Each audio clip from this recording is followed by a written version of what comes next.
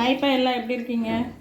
இன்றைக்கி அனிஷா சமையலறையில் நல்ல நினைவூட்டல் சக்தியை கொடுக்கறதுக்கு வல்லாரைக்கீரை சட்னி பண்ண போகிறோம். அதுக்கு தேவையான பொருளை பார்த்துடலாம்.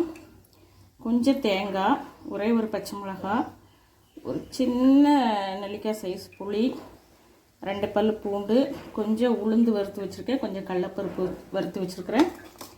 இது வல்லாரைக்கீரை. இப்போ இதை நம்ம வணக்கிக்கலாம்.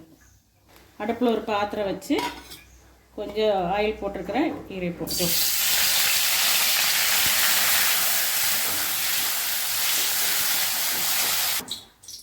நான் இப்போ வணக்கி எடுத்துக்கிட்டேன். இது கொஞ்சம் ஆறினதுக்கப்புறம் நம்ம சட்னி அரைச்சிக்கலாம்.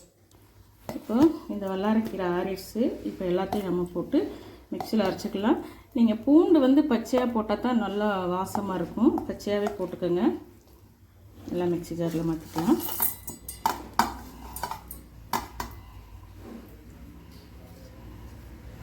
பூண்டும் பச்சை மிளகாவும் ஒரு நிமிஷம் இது அரைஞ்சதுக்கப்புறம் போட்டுக்கலாம்.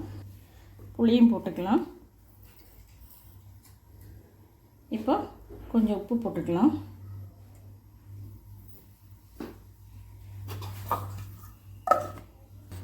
இப்போ இந்த அளவுக்கு அரைச்சாச்சு. இப்போ இந்த பூண்டையும் பச்சை மிளகாவும் போட்டு தண்ணி ஊற்றி அரைச்சிக்கலாம். கொஞ்சம் தண்ணி ஊற்றிக்கலாம்.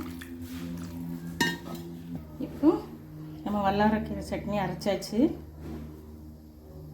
இந்த வல்லாரைக்கீரை சட்னி குழந்தைங்க, நம்ம சின்ன குழந்தைங்க, படிக்கிற குழந்தைங்க ஹோம்ஒர்க் எல்லாம் ரொம்ப மறந்துடுறாங்க. அவங்களுக்கெல்லாம் டெய்லி அடிக்கடி காலையில் வீட்டில் டிஃபன் சாப்பிடும்போது தோசை, இட்லி இல்லை சூடான சாதம் அதோட கூட நீங்கள் கொடுத்துக்கலாம். லஞ்ச் பாக்ஸு கொடுக்காட்டாலும் பரவாயில்ல, காலையில் கொடுத்துருங்க. வீடியோ பிடிச்சிருந்தா லைக் பண்ணுங்கள், ஷேர் பண்ணுங்கள், சப்ஸ்கிரைப் பண்ணுங்கள். தேங்க்யூ.